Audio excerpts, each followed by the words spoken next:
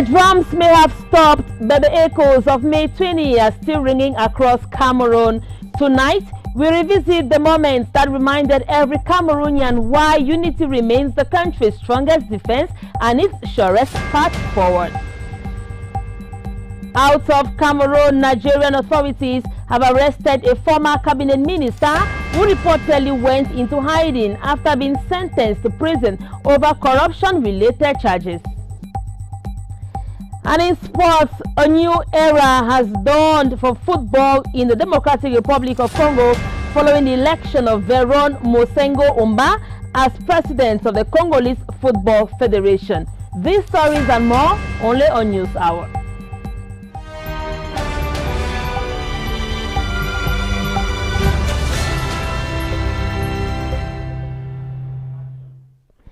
Hello dear viewers, thank you so much for keeping the appointment. It is another day, another news hour on Royal Television.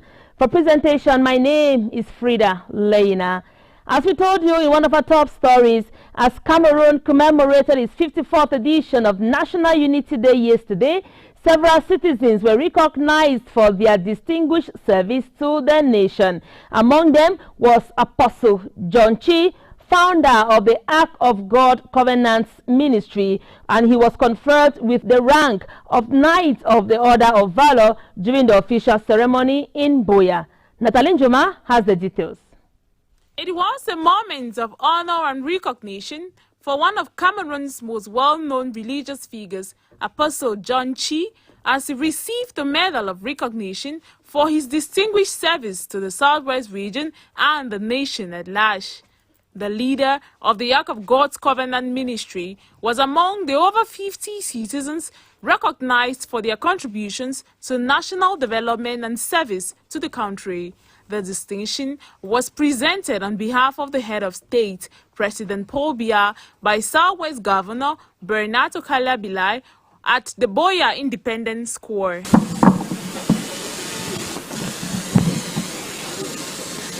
Reverend Chi John, in the name of the President of the Republic and by virtue of the powers conferred on us, we now make you Knight of the Order of Valor.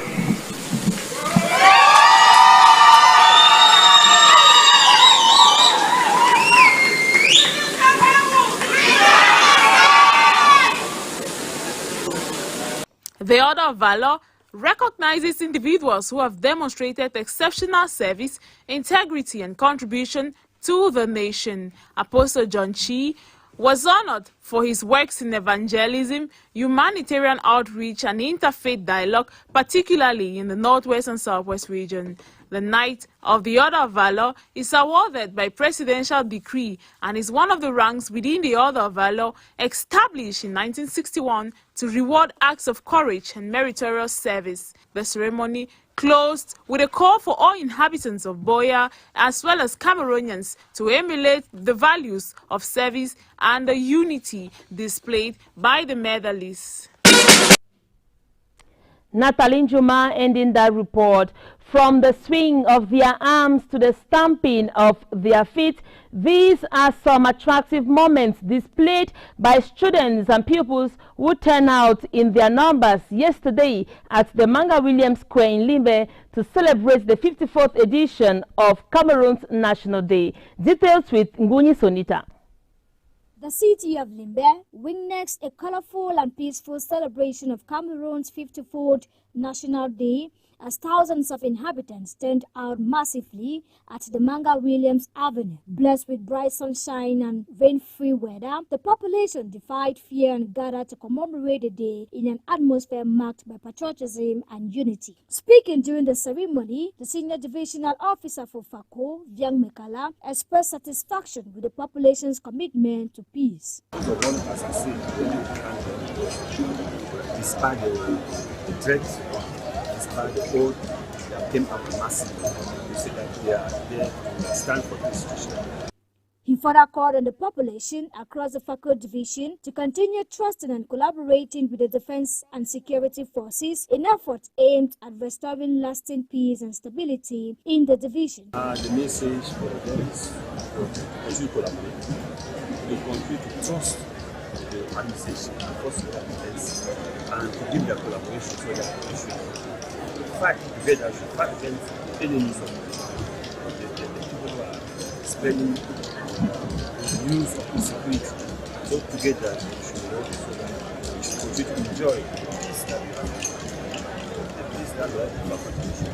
The celebration began with a decoration of deserving personalities with medals of the National Order of Valor and the National Order of Merit. The event later featured an impressive march past by units of the military, police, custom officers, retired soldiers, and members of the civilian population. Militants of the Cameroon People's Democratic Movement (CPDM) and the Social Democratic Front (SDF) equally took part in the commemorative parade. The massive mobilization of the population and the smooth organization of activities in Limbe reflected growing hopes of peace and stability in Fako Division as citizens joined the rest of the nation in celebrating unity, patriotism, and national development. National Day celebration in Bamuso was marked by patriotism, unity, and recognition of dedicated service as several officers, students, and administrative authorities gathered to promote national cohesion while honoring hard-working workers of their contribution to community development. Lima Truth Mojoko was in Bamuso. She has this report.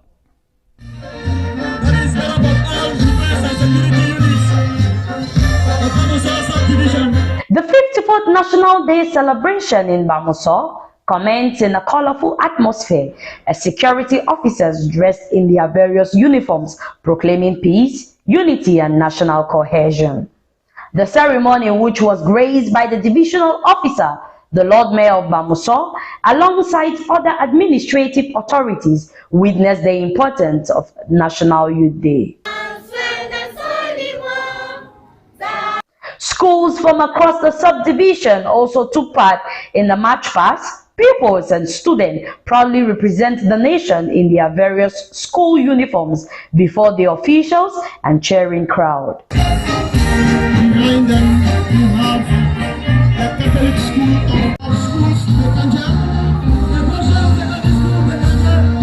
Awards were presented to workers who had served diligently in their various institutions and community. Yinkin Kang Gabriel, one of the awardees who had served for 31 years, and Bob Dennis, who had served for 37 years in the Cameroon's Development Corporation (CDC), were recognized for their hard work.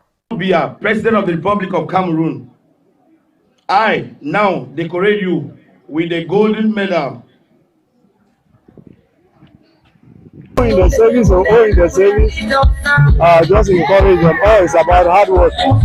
They should double their effort in work. I served the corporation for 37 years, and I feel honored. After my 37 years of service, the head of state has awarded me with a medal. The divisional officer Chozom Leonard emphasized the importance of this year's National Youth Day theme. He highlights the need for safety and peaceful environment. Our country is depending presently so much on the defense forces, and we should know that for development to come up or come faster, we need to be in a safe and peaceful environment. So we should cooperate with the defense forces. At the end of the ceremony, an ecumenical service was held to thank God for his protection and preserving lives. Special prayers were offered for peace, unity, and stability for the nation. Reverend Orok Martins highlights the importance of being at peace with your neighbor, then to your community. If you don't have peace within you, you cannot encourage peace in the quarters, in the community, in your family. So the body of Christ is doing everything possible to teach the gospel of peace, so that everybody should be able to live in peace with his neighbor, because if you are living in peace with your neighbor, you'll be able to live in peace in the community in which you belong. The event ended in an atmosphere of joy and celebration, bringing residents together in unity and peace.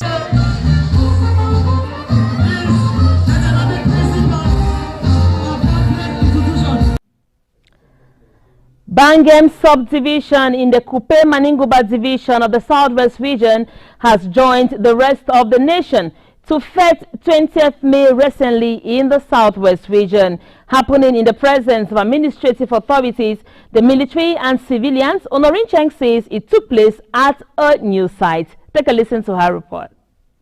Ngea Beina Theophile, the senior divisional officer and territorial commander of Kupe Mwanenguba division, officiated 20th May celebrations in the Bangem sub-division. The 54th edition of the Unity March Past saw the huge presence of administrative authorities, the military and the civilians as well. The senior divisional officer's message was clear for the surrounding population. Thank them because information coming from other division, subdivision, maybe Booty, Dumbbell, show that all passed well. I congratulate them and beg them to continue to this way because we have many challenges in the future. He admits Unity Day celebration is a showcase of love for fatherland and the cry for unity for all. The special mission is congratulation because they have shown their attachment to our unity. They have shown their expression to celebrate this national. I hope them continue and stay really confident in the state because more is still to come. After the medal awards, the military proceeded to march past before the schools, from Government Practicing School GPS Ekambeng to Government Technical High School GTHS Bangem, passing through Presbyterian Comprehensive Secondary School PCSS Bangem. The students came to honor peace, work, fatherland. Listen to your children. You are the leaders of tomorrow. And in the role of government schools, we announce the coming of Catholic School Bangem, alive in Bangem. What a great day to sit together. African birth of a Magi in 2034. Thank you. This year's 20th May March Past took place at a new site and it was observed under the theme National Unity, Backbone of Our Defense System, Bedrock of Cameroon's Development. This year's 20th May celebrations ended with the SDO's visit to exhibition stands.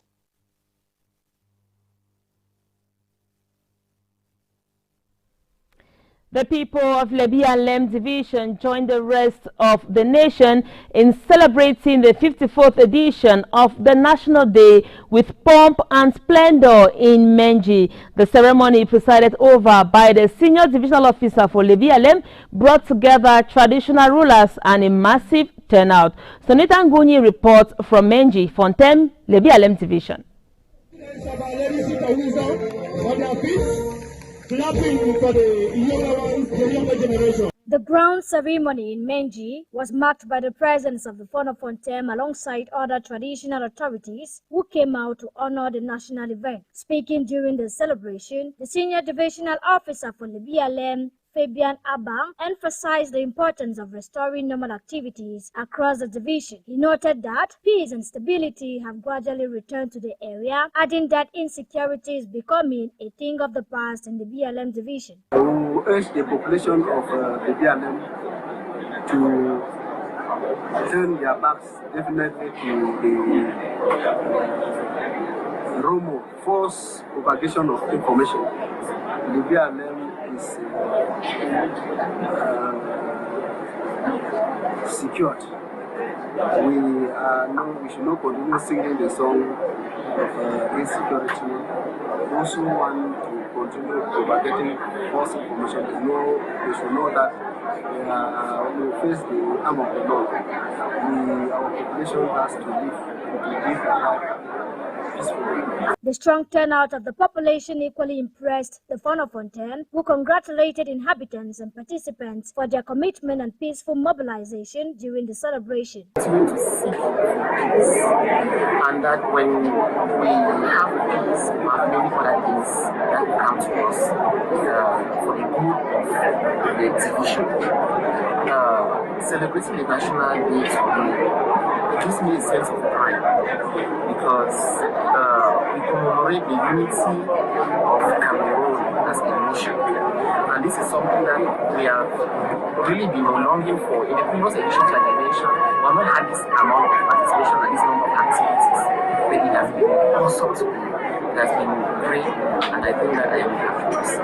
Celebrated under the theme, National Unity, Backbone of our Defense System and Bedrock of Cameroon's Development, the march past featured various units of the Defense and Security Forces who paraded with dignity, discipline, and pride. The education sector also made a remarkable appearance as students from Our Lady of Seat of Wisdom College, GBHS Fontaine, DTHS, and several other schools, drilled spectators with coordinated drills, impressive arm swings, and rhythmic stamping during the parade. Political participation was equally visible with militants of the SDF and the Cameroon People's Democratic Movement (CPDM) taking part in the commemorative march past. To crown the celebration, various cultural and traditional dance groups entertained guests and spectators, bringing color and excitement to the successful 54th edition of the National Day celebration in the BLM division. Sonita Nguni ending that report. Let's take you over to the west region of Cameroon, where inhabitants of Bangante, chief town of the Ndé division, have been called upon to uphold the values that strengthens national unity. The call was made by the senior divisional officer for Ndé, August Esomba, during commemorative activities to mark the 54th edition of Cameroon's National Day. Our reporter Nathalie Njoma tells us more. The Bagante Festival Grounds served as a venue for this year's celebration, attended by administrative and traditional authorities from the set group within the Bagante district. The ceremony included the awarding of decorations to deserving recipients, including the divisional officer of Bagante and the Bazu districts, as well as several other officials who have contributed to the growth of Ndé.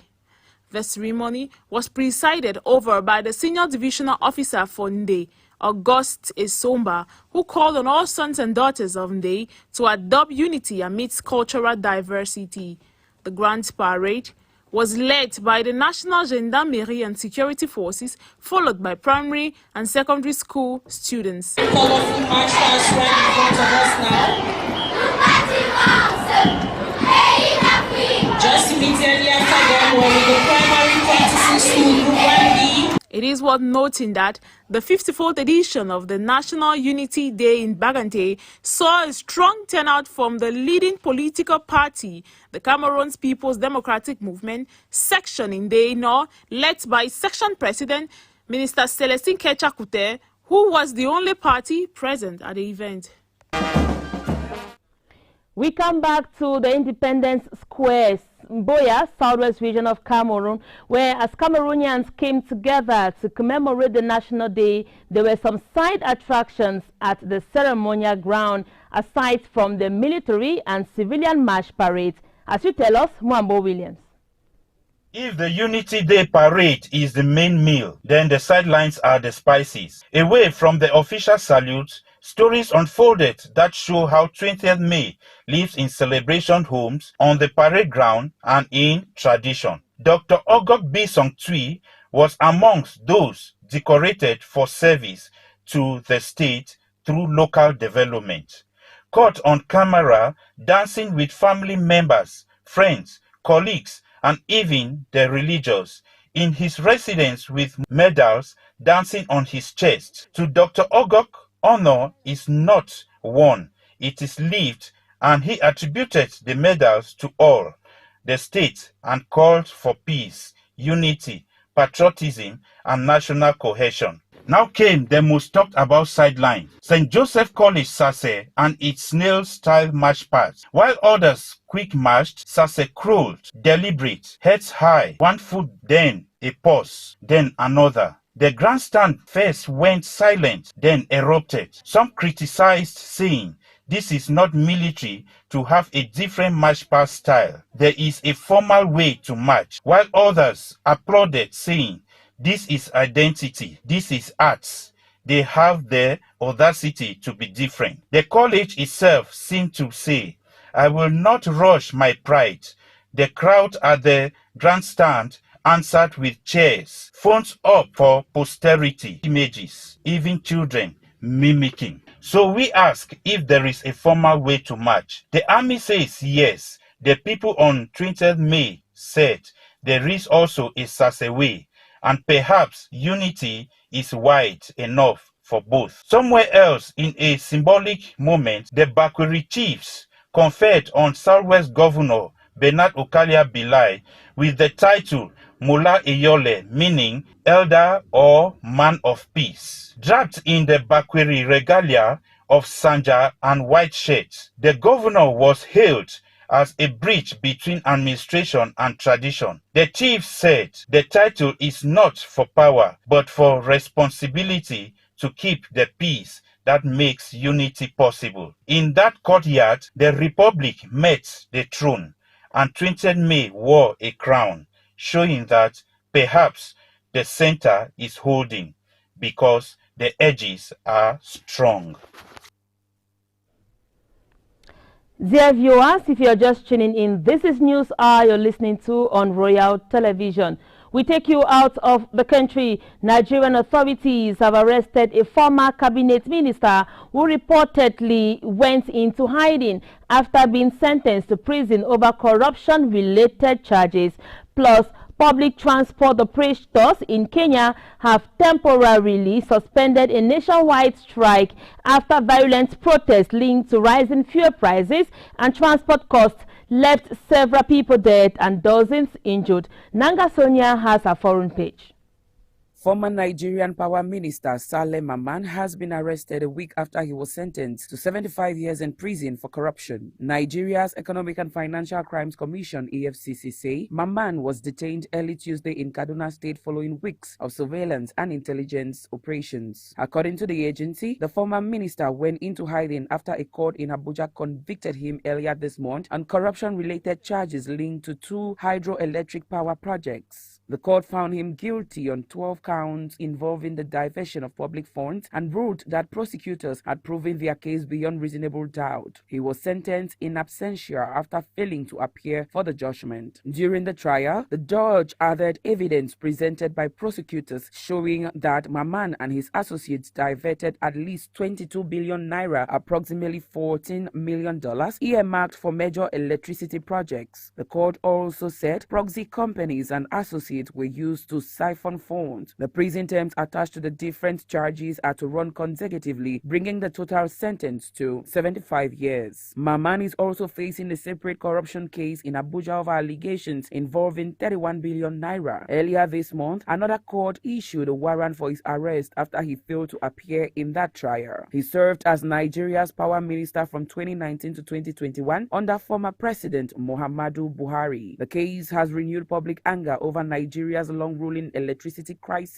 Despite being one of Africa's largest energy producers, the country continues to suffer from frequent power outages, forcing many households and businesses to rely on costly fuel generators. In Kenya, public transport operators have suspended a nationwide strike for 1 week, opening the door to fresh talks with the government. The decision follows 2 days of protests that turned deadly, leaving at least 4 people dead and over 30 injured, while residents report major disruption to daily life and business activity. The strike had paralyzed transport across the country, leaving thousands of commuters stranded for a second consecutive day as operators kept their vehicles off the roads. In the capital, Nairobi, major highways were blocked as protesters clashed with police and set tires on fire, making key routes impassable. Residents described widespread disruption and economic strain. Talks between operators and the government collapsed after transport unions demanded reductions in fuel prices to offset rising costs. The government attributed the increase to global energy disruptions linked to the Iran conflict, while the opposition blamed local corruption and profiteering. And on to sports, the Indomitable Lions of Cameroon have been drawn in Group G of the 2027 Africa Cup of Nations qualifier. This comes after the draw were conducted recently in Cairo, Egypt. Sonita Nguni tells us more. Cameroon will begin her Pamoja journey coming 21st of September 2026 during the FIFA international window, with qualification expected to be highly competitive as only 2 top teams will qualify from each group to secure a place at the finals. The Lions, faced with a challenging pool, will face Congo-Brazzaville, Comoros, Namibia, all aiming for qualification to the tournament that will be jointly hosted by Kenya, Tanzania and Uganda from June 19 right up to July 17, 2027. Unlike previous qualification campaigns, there will be no best third place qualification slot, making every fixture crucial from the opening day of the qualifiers. To the head coach of the Indomitable Lions of Cameroon, David Pagu, he says that work will continue immediately. Space not easy because everything nowadays is equal because there is no simulation at football at all. So you have to concentrate to ourselves to be on top on each match. So I think that all my guys follow that role. So we are going to play each match with our force, but we respect all the opponents, Como Namibia and Congo Republic. So that's the way, that's the case we are going to about that competition. This is the state of mind will be positive, and then we are the competitor.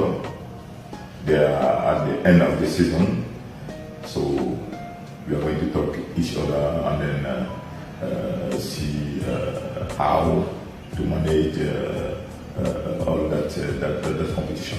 But first of all, I want to tell that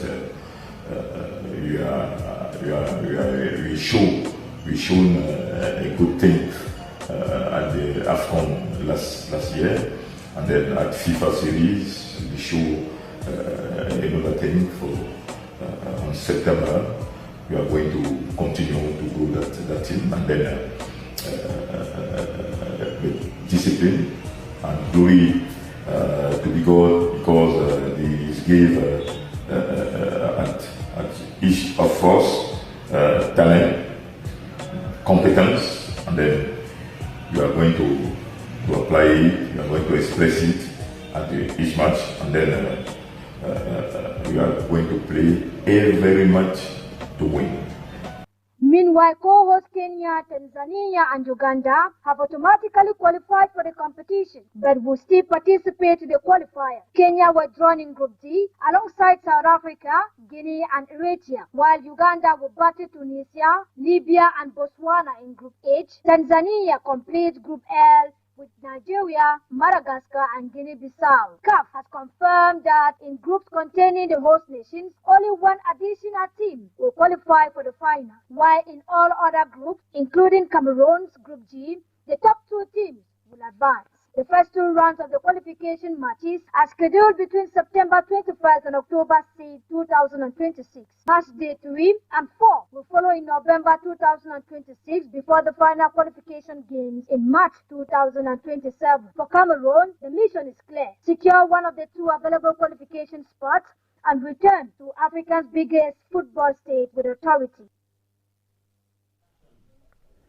And still in sports, a new era has dawned for football in the Democratic Republic of Congo following the election of Veron Mosengo Omba as president of the Congolese Football Federation, FECOFA. The former CAF Secretary General was overwhelmingly elected during the Federation's General Assembly in Kinshasa, securing a strong mandate to lead the country's football into a new chapter focused on reform, development and success. Details with Kusana Claudia Voma. Veron Mosengo Omba is the new president of FECOFA after obtaining 60 votes out of 65 during the Federation's elective General Assembly. His victory marks a significant moment for Congolese football, with many stakeholders hoping his vast experience in international football administration will help restore stability and accelerate the growth of the sports across the country. Known for his work at both FIFA and the Confederation of African Football (CAF), Musengo Omba arrives at the helm of Congolese football with the reputation built on governance and football development. His election comes at a crucial time as the country seeks to strengthen its domestic competitions, improve football infrastructure and enhance the performance of his national team on the continental stage. Throughout his campaign, the new FECOFA boss emphasized the need for unity within the football family. He pledged to rebuild trust among stakeholders, modernize football administration and create opportunities for young talents across the Democratic Republic of Congo. Developing grassroots football and improving support for clubs are also among the priorities outlined in his program. The election has generated considerable optimism among football observers who believe his international network and experience could help attract investment and strengthen cooperation within both CAF and FIFA. Expectations are equally high regarding the professionalization of domestic football and the improvement of facilities across the country. As he begins his 4-year mandate, Musengo Omba faces the challenge of translating promises into concrete results. Supporters will be looking for visible progress in governance, infrastructure and sporting performances. For many Congolese football fans, however, his election represents a fresh start and an opportunity to reposition the nation's football among Africa's leading forces. With a new leadership team now in place, attention turns to the future as FECOFA embarks on a new journey aimed at reforming, structuring and ultimately winning the Congolese football. The drums may have stopped, but the echoes of May 20 are still ringing across Cameroon. Tonight, we did visit the moments that reminded every Cameroonian why unity remains the country's strongest defense and its surest path forward. Out of Cameroon, we told you that Nigerian authorities have arrested a former cabinet minister who reportedly went into hiding after sentenced to prison over corruption-related charges. And in sports, a new era has dawned for football in the Democratic Republic of Congo following the election of Veron Musengo Omba as president of the Congolese Football Federation. Thank you so much for accompanying us today on News Hour. See you tomorrow, the time 6:30 p.m., the channel Royal Television, where we beam live for another edition of News Hour. Until then, from me to you is a bye-bye. Have a good night.